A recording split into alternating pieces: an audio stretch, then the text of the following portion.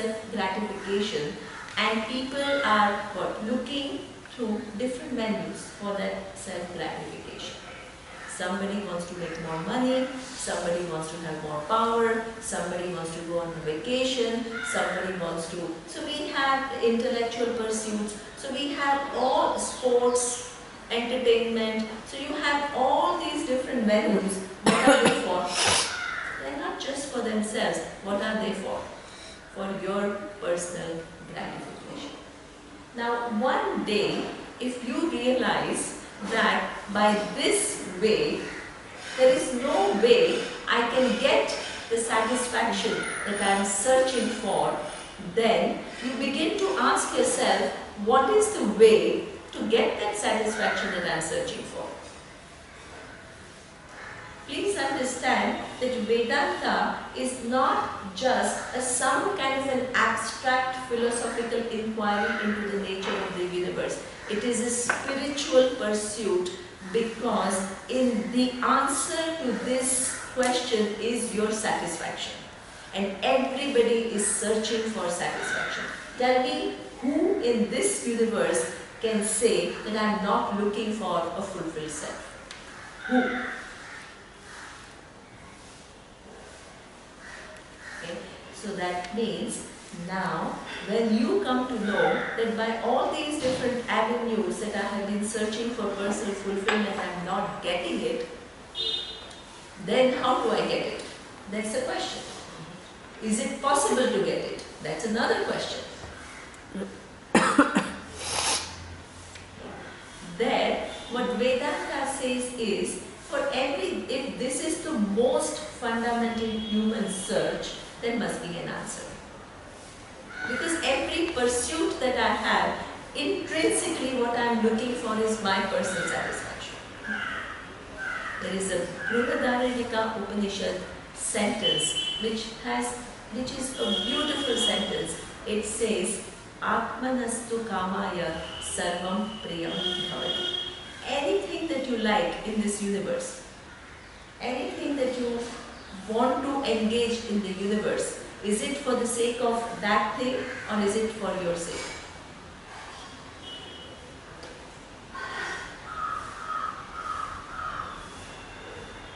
You think that you love your children. It goes on. Brihadaranyaka Upanishad is amazing. It goes on analyzing. You think that you love your children. You are doing everything for your children. Okay? What are you interested in? Are you interested in the pleasure of the children or your own pleasure? Yeah. By seeing your child happy, what? You are happy. You feel fulfilled and you are actually interested in your fulfillment. By seeing all the loved ones doing well, what happens? It gives you satisfaction. What are you interested in? Yeah. Right? Yeah. Because your own well-being you define through what? All the loved ones. That's why the loss becomes a huge problem. Why does anybody's loss become something which is causing people depression, so much a void it creates? Why? It loses your satisfaction. Exactly. It makes that personal dissatisfaction, that search for that fulfilled self is what becomes acute. It makes you see yourself. Generally, you have this normal lack that you can handle. A crisis situation, what does it do? Highlights that lack. And then you cannot stand that lack. So then what? Your search for answer becomes what? Yeah, absolutely. You accelerate that search because you are interested in what? Filling this whole sense of okay. So now, if you have given your satisfaction and well-being to all, imputed it to so many different human beings, what happens? The human beings, first of all, they don't exactly behave according to how you want them to behave. So that creates what? disturbances. Right? Then what happens that you want them to behave exactly according to what you want them to do, and they have some different ideas. You have disturbances, they argue with you, they don't just follow and obey you all the time. Then they themselves go away one day. Okay? So that means I have put my well-being and connected to what? All these 10-15 people that I feel that I love. In this vast 8 billion universe, how many people's well-being you are really concerned about? Tell me. 4. Okay, that's good. Okay. 4. In this 8 billion universe, you are really attaching your well-being to these 4 human beings, right? You hear about everything else and it does move you a little bit here and there, but Manisha is so right that if you really think about how many individuals, there are 4 or 5 or maximum maybe 10, right? There are only few leaders like Mahatma Gandhi who has a much more extended sense of self when he thinks about well-being of many others, right? Those are very evolved human beings, but normal human being is concerned about 10-15 people. Okay? Now even 10-15 people, what is your ability to govern or to control their lives? Very limited. Okay? So that means they undergo different situations and they are varied, right? And all these things that are happening are maybe not according to what you want. Okay? So now what is your level of fulfillment? Low. True. Right?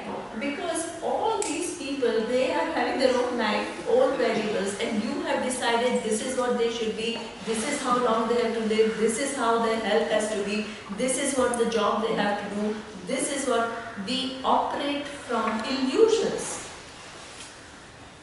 And those illusions and subjectivities bring about suffering. And what are you searching? Freeing yourself from suffering. If you want to free yourself from suffering, can you afford to have all these wrong ideas, keep them intact, and then try to control? You're in a losing game. If you are interested in your well-being, what do you have to do? You have to realign your thinking with what? What is? Reality. You have no choice.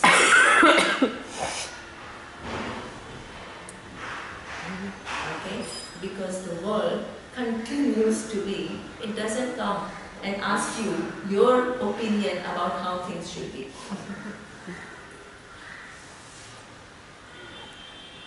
It just unfolds. Every day just unfolds in front of you. Right? The only thing you can do is what? Respond to situations with a certain equanimity and composure. What gives you that equanimity and composure? Huh? Awareness. Knowledge. What is the reality? And understanding that all the expectations that I have are what? My expectations, they don't correspond to what is. As long as my expectations of how the world should be is not in keeping with what the world is, what I'm going to be frustrated. If I want to solve my problem of dissatisfaction and frustration, I have to realign my thinking in keeping with what the world is. Vedanta does that. Realign your thinking with what is. Okay. The very fact, it first says that in these 4 or 10 people that you have attributed your fulfillment, actually, what? You are only interested in your own fulfillment, through their fulfillment. That's why the minute somebody doesn't do what you want, then what happens? That person becomes a source of big worry for you. Then it says, hey, leave them alone, because they are individuals.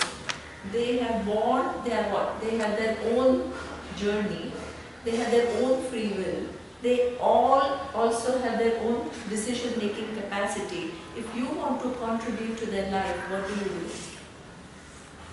You give them certain wisdom through which they can make proper decisions.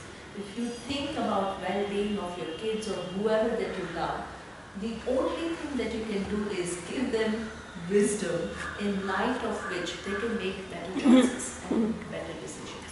The more you try to impose your own opinions on them, the more you will create a friction. You know, there's this saying by this Portuguese author which my dad always had on his desk. In fact, at his prayer meeting, I spoke about my dad, so I quoted this. It says, I was not born in this world to live up to your expectations, and you were not born in this world to live up to mine. I am I and you are you, and if we meet, it's beautiful. Exactly. So, I mean, just keep saying this to yourself all the time. Many times the reason we impose things on our children or people is to spare them pain because we feel we know better. Out of experience. We don't want them to hurt and we want to this. Absolutely. That's The only way to do it is to make sure they can judge. I Right. agree with that. But what I'm saying is the reason is many of them See, we are all very No, it's well not meaning- children, this is for pure. Okay. But what you're saying is so true, right? Every mother or every parent thinks that they are making the decisions which are far more rational and far more, exactly. But the thing is, the more you impose your decisions on somebody, right, then they become resentful. And there are, like, as Vedanta teachers, we come across so many human beings who come to us with all their problems, and it's amazing how at times the solutions are so simple, but when you're caught in that framework, okay, you can't see anything other than the way you think. So the minute somebody makes you think a little bit differently, a lot of problems can be very easily solved. We are not saying to be indifferent to our children. Obviously, we care for them and we want to, but we want to empower them, and we Agree with that actually that makes but sense. so that's why many times the very approach of the parents themselves is wrong, and then all the dissatisfaction is attributed to children. Right? So that means the problem lies here, but I think that they are the problem. And this is how we continue to live the world with lack of clarity. And sometimes we let them experience the pain and make those mistakes. It's fine. It's fine also It because just helps them they have to That's learn. the best lesson. They have to learn They will learn how from next to time. handle failure. Yeah. Because there is no human being, if you define success as something, getting what you want in life. But there was someone just recently, someone very famous who written a book and he was being interviewed for it, and he said, I am so successful because I have failed so many times. Exactly. Yeah. I can't remember who said it. I read it in the last 3 days. Because I've failed and fallen so many times, that is why I'm successful. So that means the only thing that what you can do is what?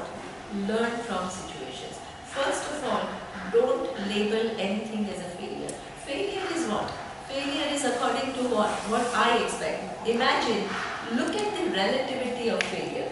Okay? You take an exam and somebody else takes an exam. Okay? Your expectation is what? You will come first and you come fifth. So for you it is what? Failure. Now the other person takes the exam and the person wants to come within top 10 and the person comes 8, number 8. He is successful, he or she is successful. Right? So that means that very failure and success is all very relative. It depends upon what am I looking for at that given point in time. Okay?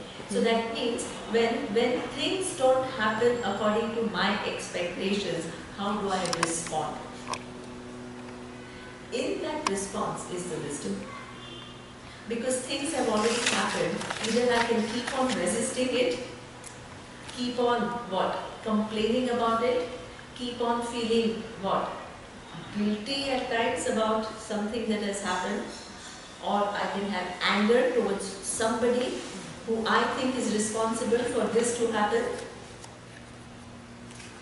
Okay. And I just cannot handle that loss and I'm what? Deep into sadness. These are all different problems that arise from me not accepting the reality. Because what has happened, are you able to change it? What has already happened, you are unable to change it.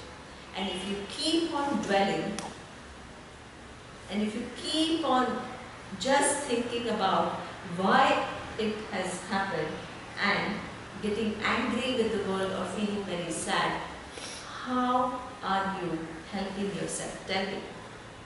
Is it self-enhancing, or you are creating further distortions in the way you are going to transact with the world? In whose interest it is to be alive to realities? Whole Vedanta is, hey, there are realities.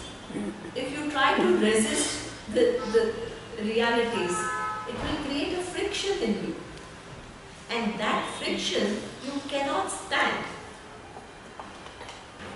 So what choice do you have but to begin to see the realities as they are? What you cannot change, stop attempting to change it.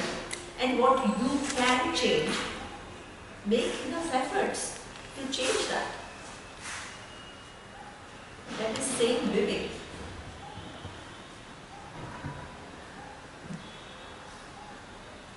Really.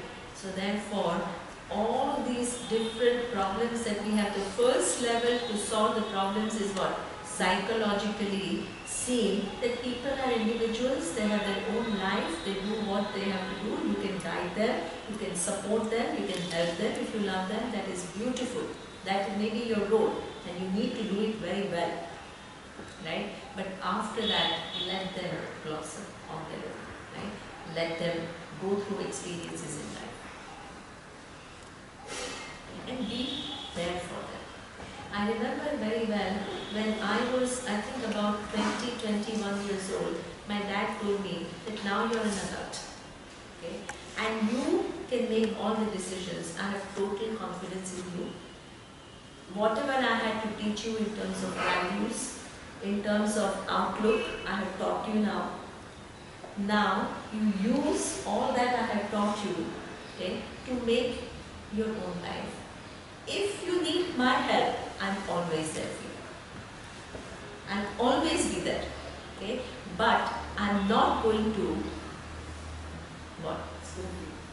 Absolutely. Right? I'm not going to make decisions for you because now you're an adult. Okay? So that means I'm shifting from the role of a parent, right? When the child is young, you have a different role to play with reference to your child. When the child grows up, you have to change in the same role. Okay. Give that confidence to your kids, you will see how they behave. Tell them that they are capable. The minute you start thinking that you know more than them, what is the message you are giving them? They don't know anything.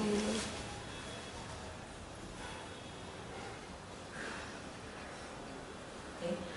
You have to first change and say that, hey, first of all, I don't know everything myself. Okay?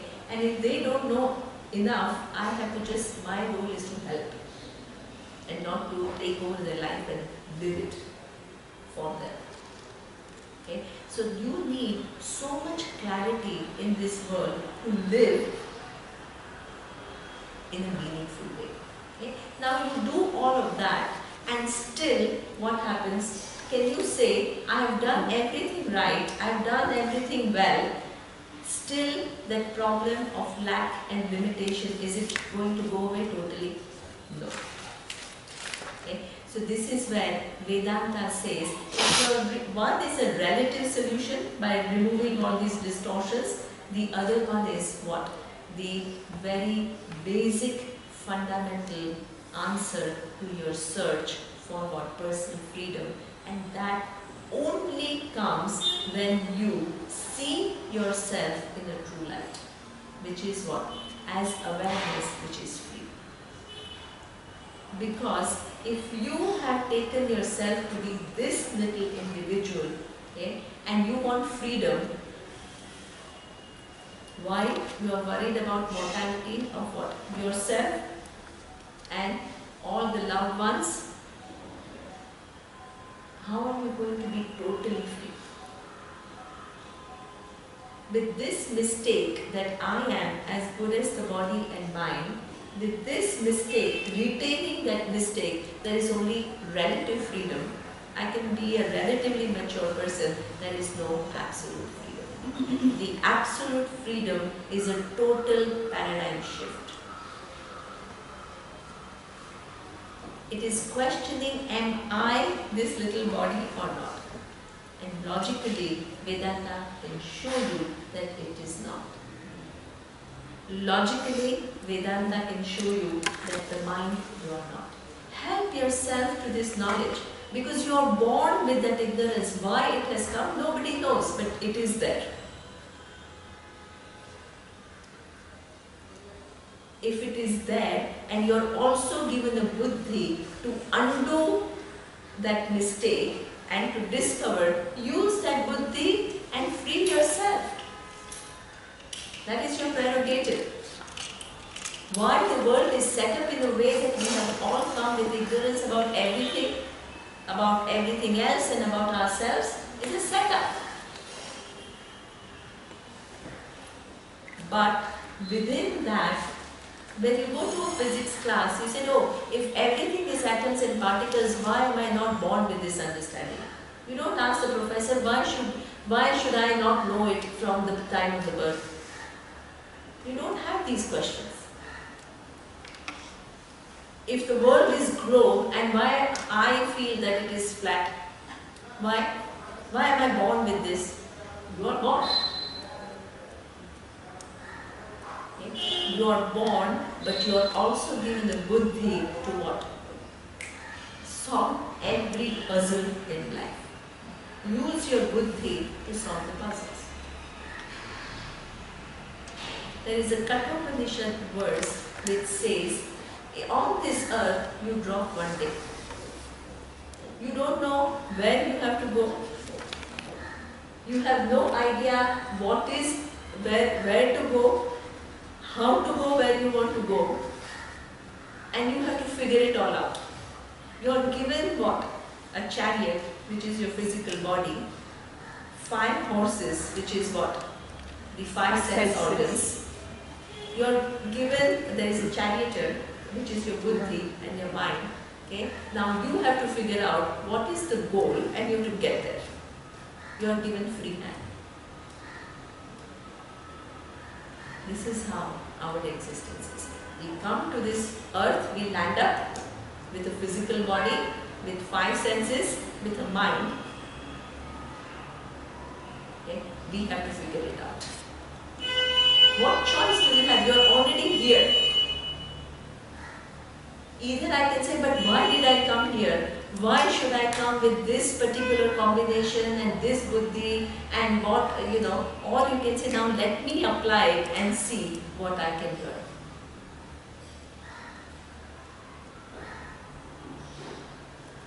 The wisdom is what? Your buddhi can solve the biggest puzzles of life. Use it. Rather than saying, but why have I come with that ignorance? Ignorance you have come with, you have no choice. What choice do you have? But you have a choice with reference to removing it with your buddhi. Use it.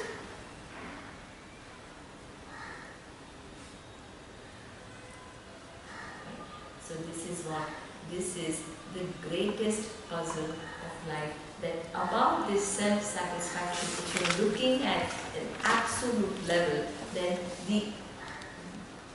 the self that Vedanta reveals yourself to be, in that knowledge of the true self is the absolute freedom. That is, every other freedom is going to be what? Relative freedom. Relative freedom because you retain your individuality as what?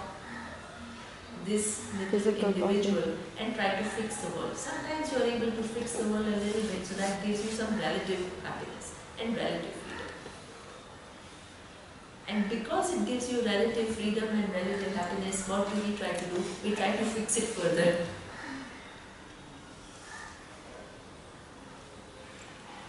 And instead of getting more happy, we have to at times confront with more frustrations, more disappointments. Then you have to make the search in a different direction. This is what we call moksha. The search for moksha comes when you understand that what I'm looking for, which is personal satisfaction, personal fulfillment, and where I'm searching for that personal satisfaction through my normal pursuits, it cannot give me what I'm looking for. When you understand that by definition it cannot give me what I'm looking for, then you search for that answer in some other direction. If you don't realize it, this is what we saw, Nitya, Anitya, Vastu, Viveka. All beginning, please understand that it's all making you think about all these things. In every lesson you forget the past and it seems like a new lesson. The whole book is making you see the nature of human predicament and the solution. Okay. When Vedanta makes a statement that you are awareness, which is limitless, give me one reason to contradict this. Show me one reason why it cannot be. And this is why the physicists, the quantum physicists come to our retreat, and when they listen to Vedanta, they are in awe.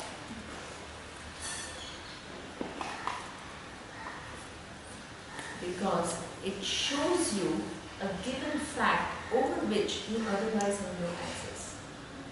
The self-evident I, which is not available for you to objectify, Vedanta makes you see its true nature. Everything else that we do is what? Using our 5 sense organs, come to know things of the world, right? And solve certain ignorance about things of the world that we have.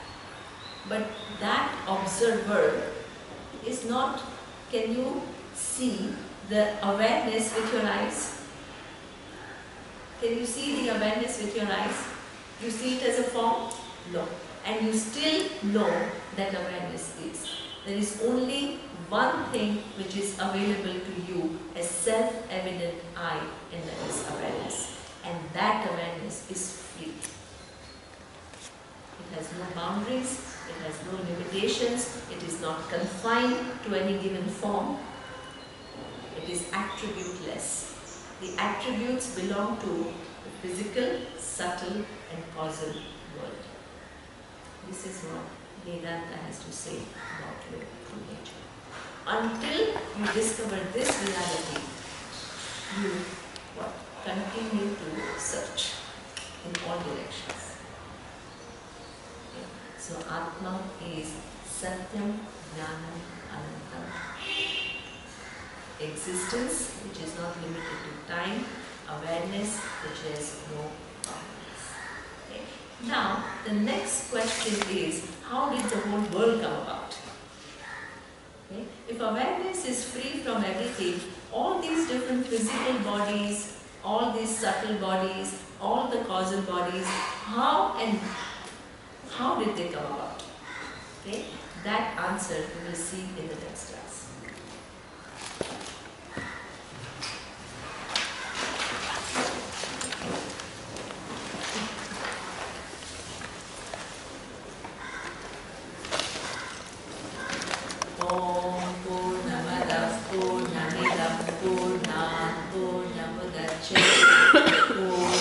पूर्णमादाय पूर्णमेवावशिष्यते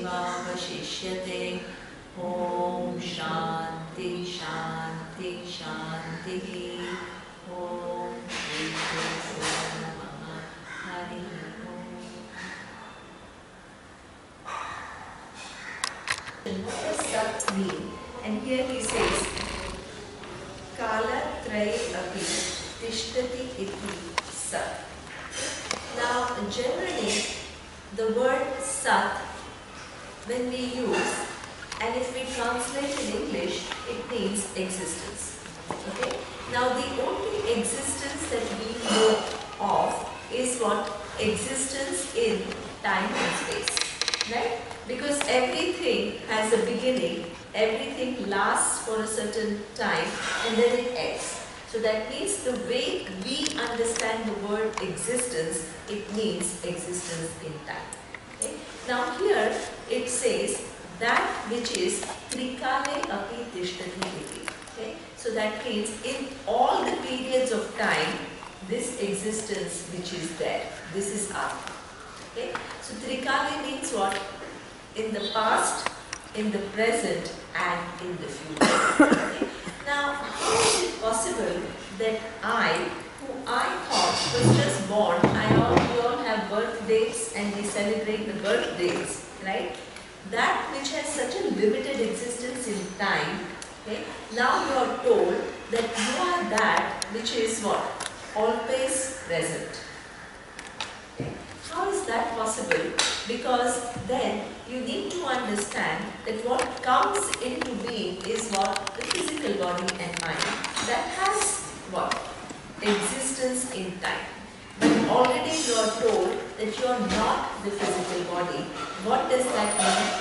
That you take on the physical body. That means you were existing before. Okay? If you were existing before, how? Okay? And what is the proof that you were existing before? So you need to understand that first, in order to understand that this I am, which is always present, you need to go into the second meaning, which is Chit. Okay? So what is Chit? Here he says Jnana Swarupa. Jnana Swarupa means it is in the form of awareness or consciousness. Okay? In Sanskrit you call it Chit. In English if you want to translate, then you say awareness or consciousness. Okay? Now we saw that physical body is not. Why? What is the logic we gave? Because it is constantly changing and I am the one which observes all the changes which are taking place. Right? So what is the object now? What is the problem? I have taken it as the nature of the subject. Now if the physical body is changing, what is the nature of the observer who looks at all the different changes? So here it says that observer is in form of Chit or awareness. Imagine without awareness, will you come to know anything?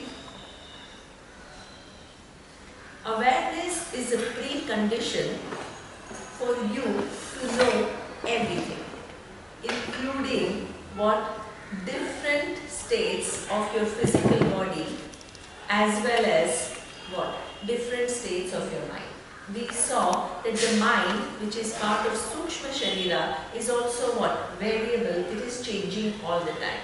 One thought comes, the thought goes, another thought comes. In between there is silence. Okay? In between there is silence. Who is the one which observes the thoughts as well as the silence? What is required? If all this is drishya, which is an object of my observation, what is the nature of the observer? It says it is awareness. Awareness or consciousness. Where will you find, when I tell you that awareness is, you understand that awareness is, do you understand the meaning of this fact that consciousness is? No? Consciousness is. You understand? No. That you are conscious, you are not aware? Yeah. Yes. Yeah. Right? So that means conscious. Without you being conscious, you cannot observe anything. Right? Different states of your body from the time of birth till now, different states of your mind. So that means that consciousness is something that you understand that there is consciousness. Have you seen the consciousness as an object? No. Okay? There is only one thing that you have not seen as an object and you still know that it is. Okay? Because there is only the consciousness is available to you not as drishya, the object. It is available to you as what? Subject. Subject. Exactly. Right? So only place where consciousness is available to you is as subject. I am. Okay? Now, what is the nature of the problem? That consciousness, which is I am, which observes different conditions of the body and mind, what is the mistake we make? You think that that consciousness is what? Is you. No, you think that that consciousness, you don't just see it as it is free from what you observe. What is the observer gets mixed up with what is observed. This is the nature of problem. Right? Anytime, logically, what Vedanta says is, if I am the observer, okay, I never take on the attributes of something which is observed by me. If I am looking at the table, do I take on the attributes of table? No. Okay. The chair is very close to me.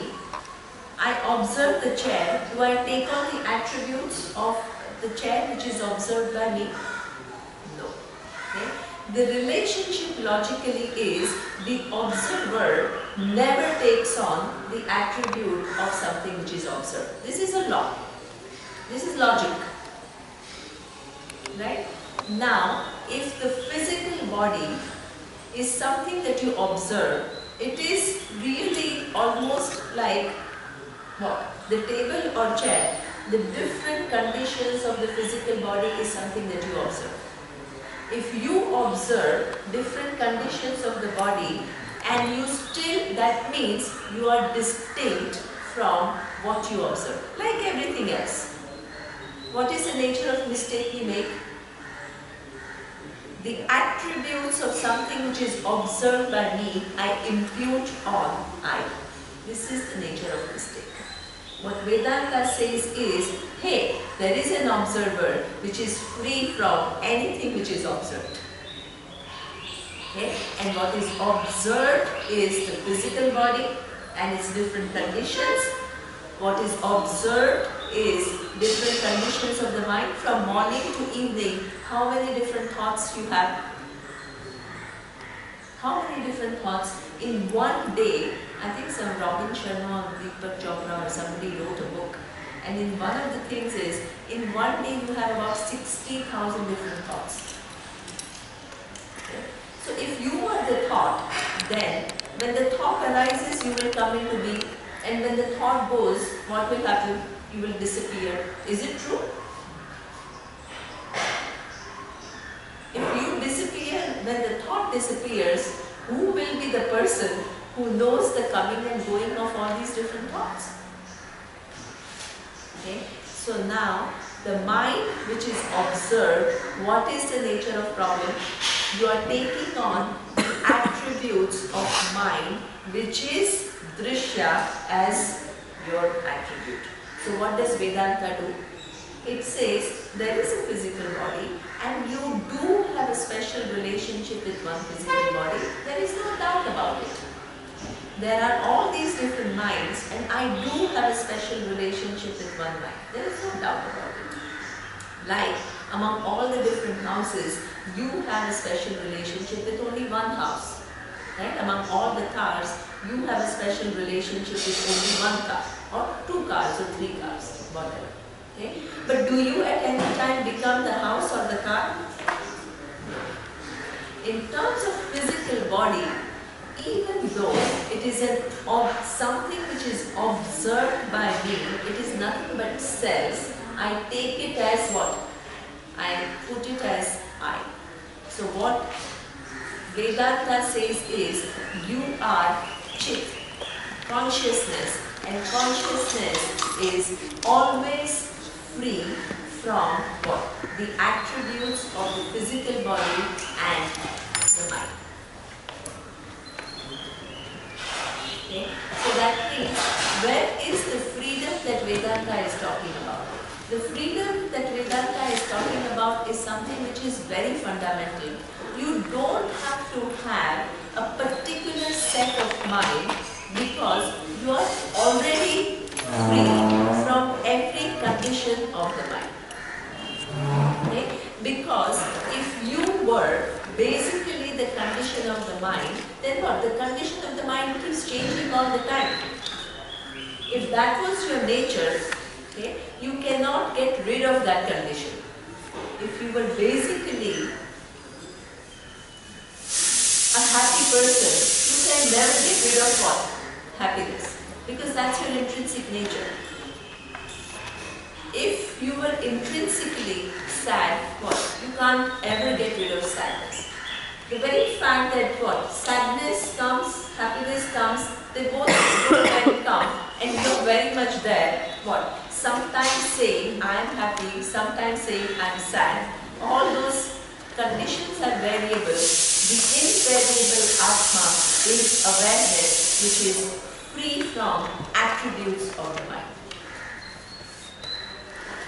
The real freedom that Vedanta is talking about is knowing this reality about yourself, which is far more fundamental than your body and mind.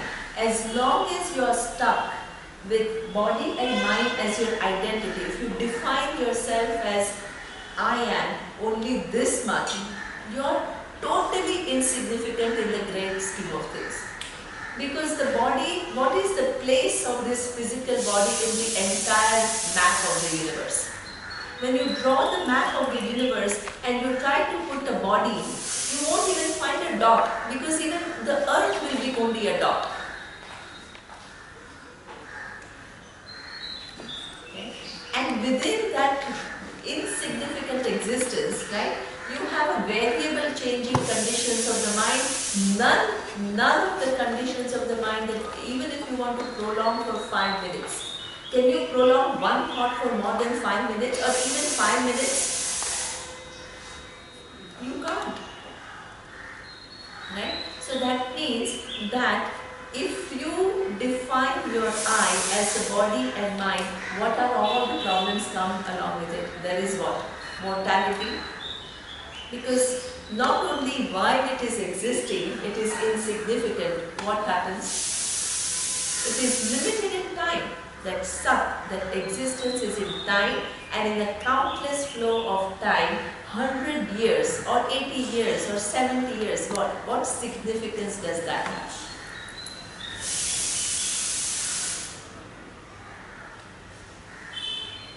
It is insignificant. So therefore, if you stay with this mistake of I am the body and mind, imagine the magnitude of mistake that you are making. Something, awareness, which is free from the attributes of body and mind, what? Onto this awareness, you impute the attributes of body and mind. What does Vedanta do? It says you are not the physical body. You are not the mind. You are that awareness which is already free from the conditions of the physical body, mind, and even the causal body. Right? So therefore, now this awareness, which is independent of physical, subtle and causal body, which is awareness, right? You can say the same thing, I am awareness, which is independent of my physical body, subtle body and causal body. Okay? You say I am awareness, which is independent of my physical body, subtle body, causal body. Now the question is, how many awarenesses are there? How many? One. There is one. Who's saying one? Okay. Wow. How many? Second time right. So now, okay, you got the right answer, but now your thing is to explain why. Yeah. Oh God. One. Yeah. Right there we want. Yeah. How do you arrive? I mean, well, your answer is right, but you need to somehow come up with some logic to arrive at it, right? Otherwise, it just becomes a belief. That Vedanta says, therefore, it is. Well, I don't think we're walking up to the answers.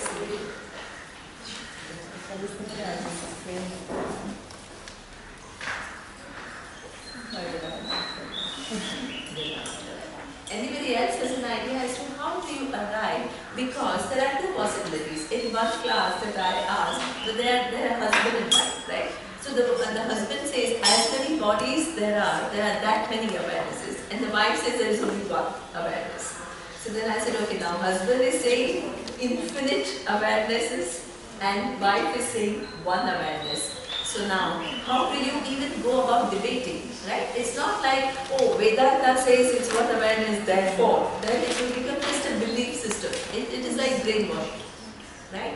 But if I show you how logically it is impossible, okay, to have many awarenesses, then what? I'm making you see certain things, right? That is the difference between just a belief system and Vedanta. Because Vedanta is the whole approach is extremely analytical in nature.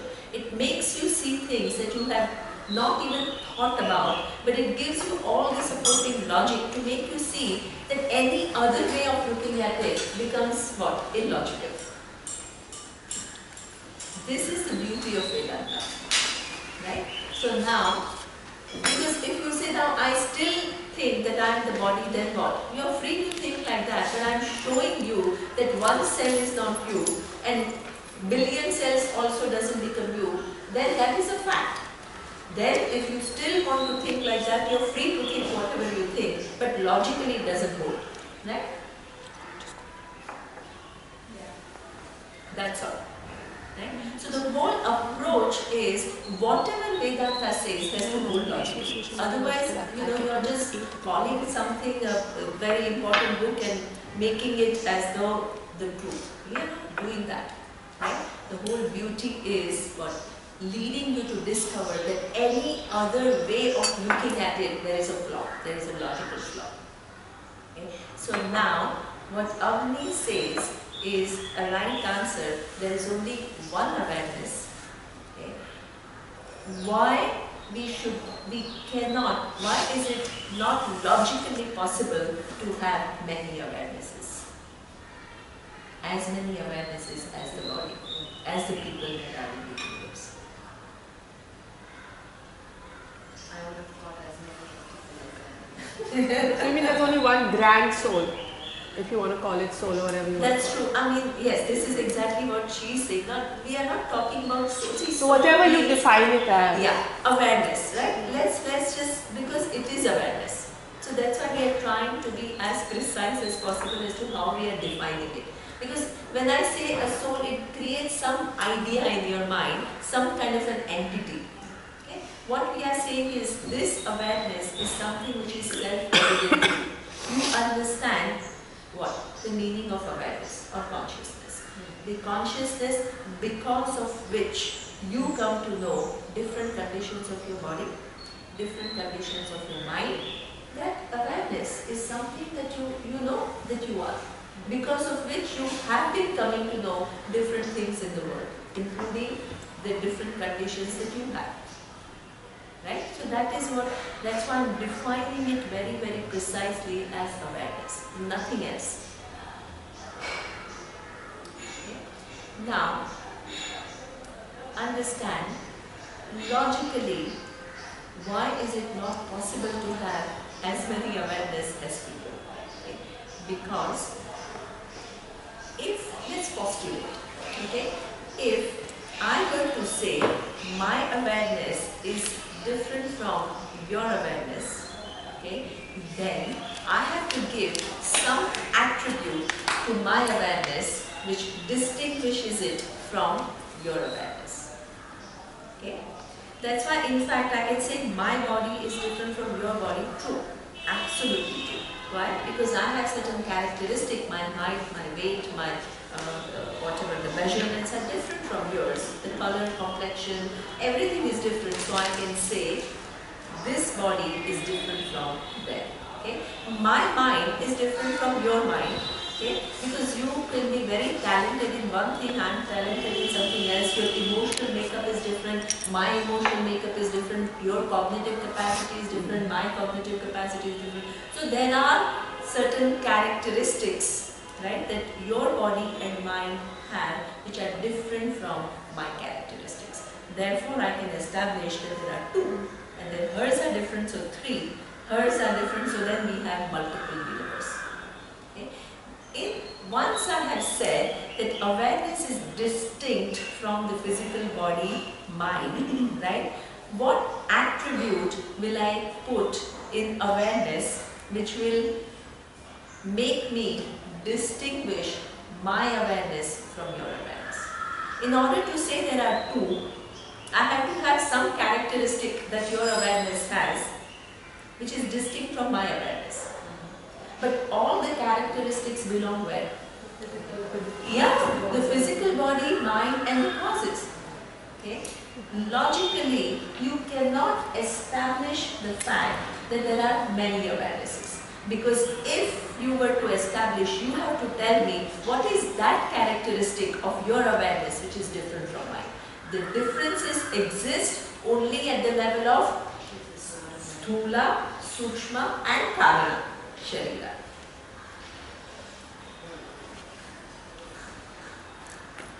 They exist, okay, but at that level.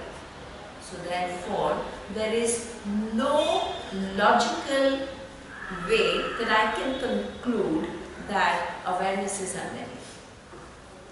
Awareness which is available to you as self-evident I, the I am, because of which you come to know the whole universe as well as your physical and mental makeup, okay, itself is only one. Okay. So therefore, that awareness is something which is what we say Ananda. It has no limit. Okay? It is what we say it is limitless. There is no boundary. You cannot give, if your awareness, the whole thing is only one, where will you put a boundary to that awareness? So you're not proving it, you're disproving the other. Yeah, that's exactly. what you're doing. It's So the process of means elimination. What we are saying is, we are using the pramana, which is the Vedas and the Upanishads, which is making you see yourself in a given light, right? Now, you're absolutely right. So here, is it now, if you can contradict what it says, right, then it stays contradicted. Yeah. But if it makes you see something much more than what you can see, make you appreciate all the errors that you are making, and what it says is uncontradictable, then it stays what? Unchallenged. That is the whole approach. Absolutely. Right? That is the whole approach. So therefore, this awareness is something which has no limits. Now, this is something which is unfathomable. So there is a very beautiful examples that the Upanishads and Bhagavad Gita they give. The example is that, as I think we have seen it before, I don't know in this class, that of a space. We have not seen. Okay. Now, this glass space, what? There is a specific space here, right? Would you agree? That cup space is different from this glass space. True. That cup space is different from that and this space. True. Right? So that means if you look at visually, then how many spaces are there? Countless spaces. What is the reality? How many spaces are there? One. There is one undivided space which seems to be what? Confined to shapes. Yeah, different shapes. Right? So that means when the different shapes come about, do they actually divide space? No. This is physics. Right? It doesn't divide space. In fact, the reality is there is one undivided space in which all these cups and glasses and everything exists. And as the space as though takes on the shape of a container. Awareness is exactly the same. Okay? Awareness is all pervasive. it seems to be what? Confined to this given body, mind, sense complex, right? So that means it pervades body, mind and sense complex. So what is the mistake we make? Onto that awareness we attribute what?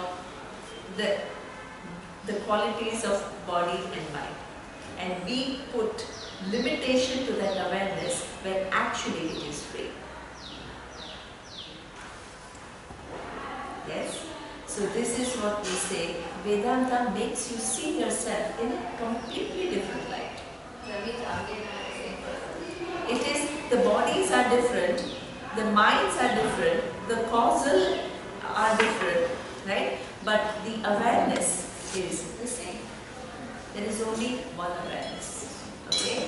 Now, imagine that this space, right? Now, not only the glass seems to confine the space, but inside the glass, you have all the different drinks. I have water, she has what? Sapna, what do you have? Coffee, Nandita, chai, right? So that means that what contains in that given form is all different. So when you talk about space, you're not talking about air, you're talking about whatever is there. In fact, not even air. It is space in which there is air, there is what, right? Okay. So in space exists air, Yeah. right? And space never takes on the attribute of air. That's right.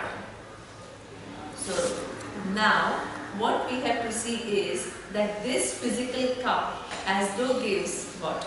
Shape to the space. Okay? Now this is like equivalent to our physical body.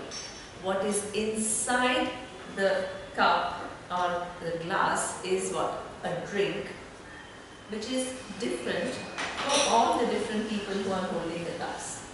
Okay? So that means what is inside the physical body, which is what? Our mind, our senses, they are all different.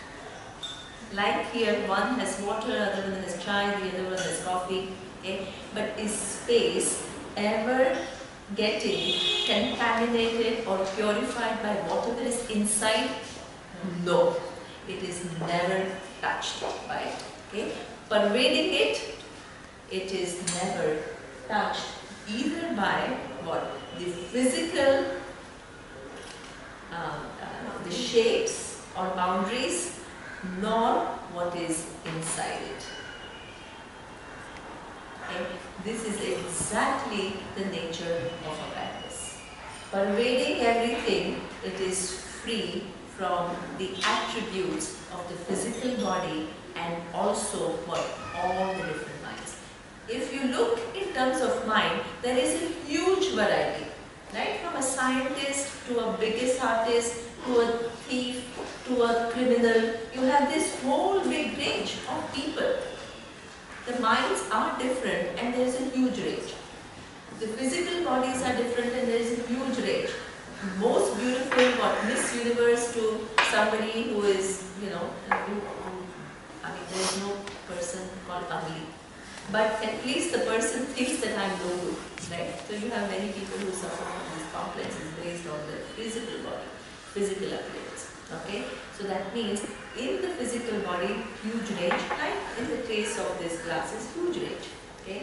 What is inside, huge range, huge variety, like the mind, huge variety, okay? The space pervading it is what? Never confined to either one shape, okay, or what is contained inside that cup. So this is what Vedanta says, that awareness pervading everything, it is free from attributes of physical, subtle and causal body. So this, according to the vision of Vedanta, is who you are. Okay?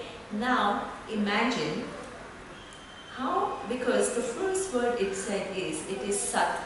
And how is Sat defined? As existence, which was what? There was no time. Excellent. Not past. Excellent. The existence which is there in the past, present and future.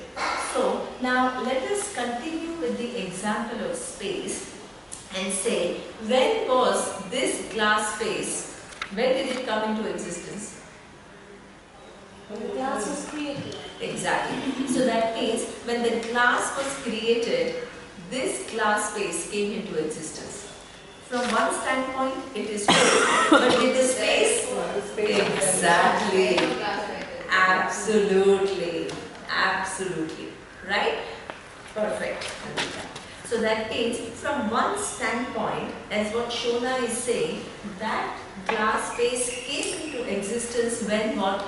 The glass came into being. That's one standpoint. Okay? But as Nandita says, it was already, can you say space was created? Space was always there, right? It as though became glass space when with the creation of glass. Right? When the glass is destroyed, what happens to the space? Is the space destroyed? No. It's all pervading, it's always. It is all pervading. It is never touched by coming into being of one thing or destruction of anything else. Now, take it back to awareness. When the physical body is born, then what? Awareness, which is always all pervading, seems to what? Take that given form, right? So that's why the existence of body is limited in time, but awareness was always already there. Okay? When the physical body goes, okay, like the glass is destroyed, the space is always there. Okay? So that awareness is what? Always there. The forms keep coming and going, they are constantly changing. Okay? That awareness is unchanging reality, which as though gets what? Confined to different shapes and forms which have different attributes. What Vedanta is saying is something which is incredible, that you are free. Not only you're free, but you're limitless. Okay? And this is why, in terms of time, the awareness is not born in time. Awareness does not go away. Awareness is something which is constant. The body comes into being and the body goes away. It seems as though the what? Awareness is born and awareness goes away. Like how it seems as though the glass space is born and glass space goes away.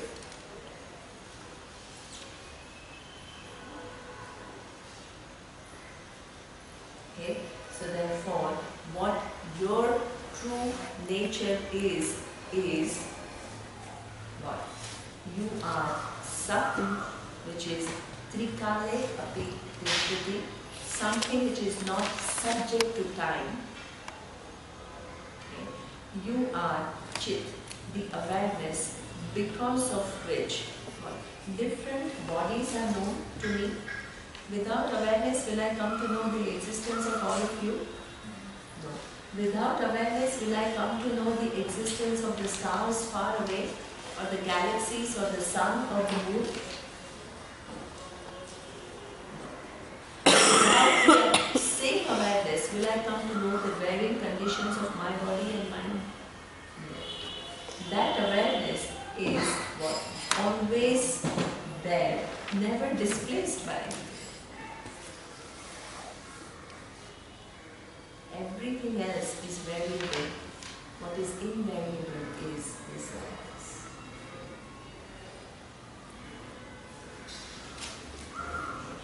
That awareness is what? Not subject to time. It is not limited by any object. It is something which is free. Now, one thing that you need to understand, which is a little bit more intricacy. If this part is clear, are you more or less clear? I mean, it's not always very easy to understand what Vedanta says in the first go, but I try to make it as clear as possible. So if you're logically kind of following, then I go one step further. Is it okay? Mm-hmm. Yeah. Now, It's hard to believe. it's hard. It is hard, but now. Yeah. But you need to think. Now, it's true that it is hard because the way you look at yourself and what Vedanta says, it is so different. Okay? So now you have to challenge and you have to say, now why do I think? Right? And does it hold logically? This is your thing. Okay? So experientially it leads to a certain state of equilibrium and bliss. So it Yeah. becomes self-fulfilling once Yeah. you. Yeah, and there is no, see, otherwise, what is a danger? I did a retreat recently, and there was one person, he was actually really learning and he was really enjoying the retreat. But he asked one question, okay? And it's a difficult question because we are so used to our being this person, and then we try to make our lives better, retaining this identity. Okay? Now Vedanta says you are limitless. And that is not, the body is not limitless, the mind is not limitless. What is awareness, limitless is that awareness which is self-evident to you, because of which you come to know different conditions of your body and mind. Okay? And that has no boundaries. Now, he said, is it hallucination? Okay? You are made to believe as though that you are very big. Okay? And then what? As though what? You keep on telling yourself that, oh, I'm very big and I'm very big, and then what? You reprogram yourself thinking about yourself as something totally different than what you are. This is a danger. This is what we call brainwashing. Okay? I tell you so many times that you what? Start thinking that, yeah, that must be true. Okay? What is difference between brainwashing and teaching? You tell me. Logic. Exactly. Right? So that means everything that we say, you don't just make a loose statement. You substantiate that statement with series of arguments. You are challenged to give a counter. Okay? And if the counter is true, then what? The counter cannot be logically contradicted. Now here, when you listen to Vedanta, there is no logic that you have to contradict what Vedanta says, but if you have a certain other conclusion, which is other than what Vedanta says, I can show you the logical fallacy.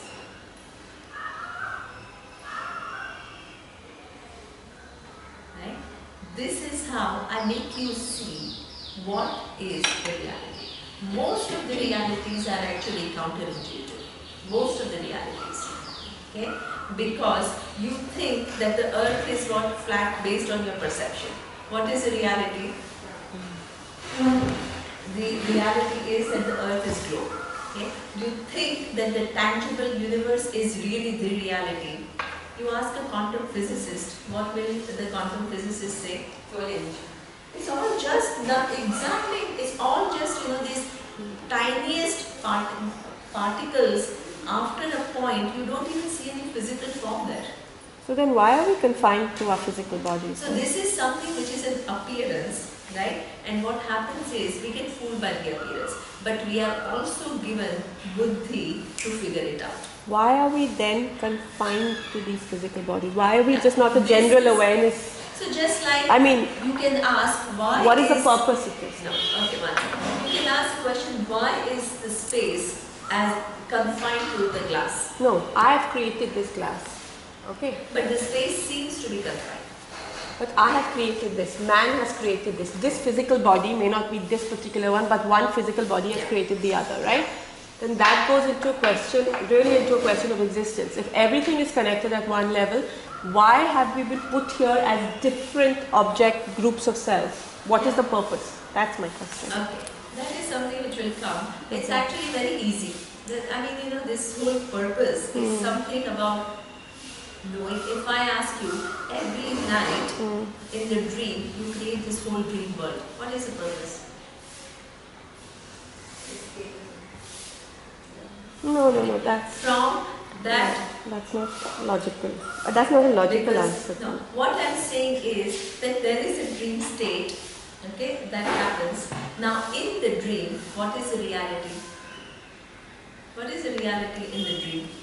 That is the reality in your dream. At that point, you feel it is the reality. Yeah. What you think in the dream is, I am different. That's what the mountain that I see is different. The river that I see is different. All the characters that I see is different. Right? And all the interactions that I do is what? With all the different characters. And it produces what? Different emotions. Now, what is reality of the universe that I see? Are there many?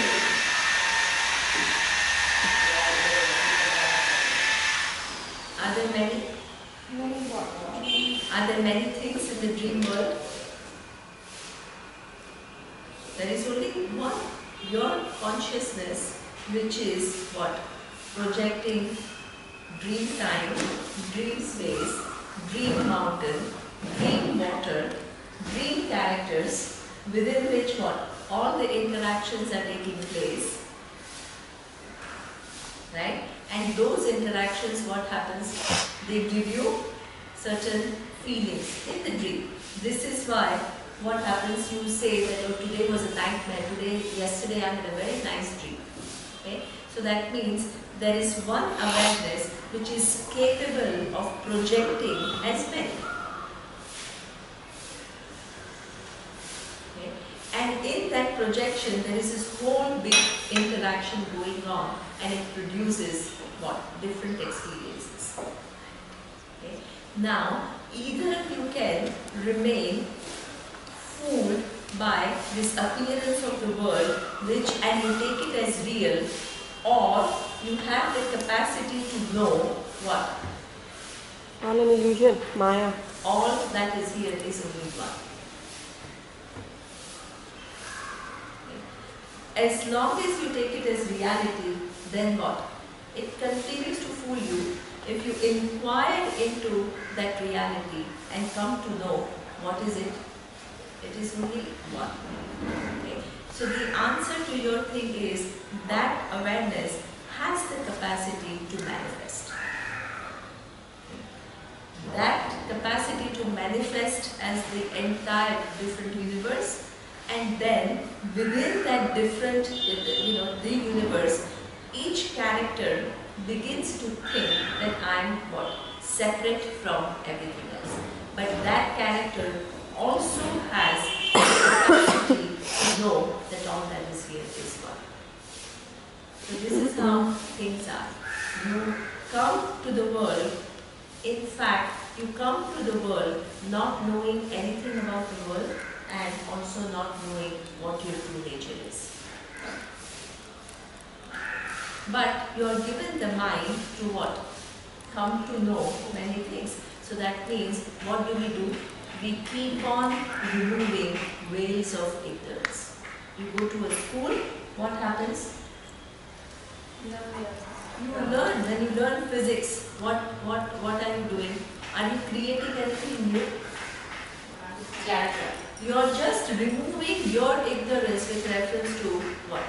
How the universe is. What exists. Right? So that means we keep on removing our veils about what? How things are. Okay? Now, in the school, we become very good at removing veils about different subject matters. But what about the nature of I? It always remains. Nobody talks about it. Because everybody thinks that I know who I am. That never becomes a subject of any inquiry. Okay?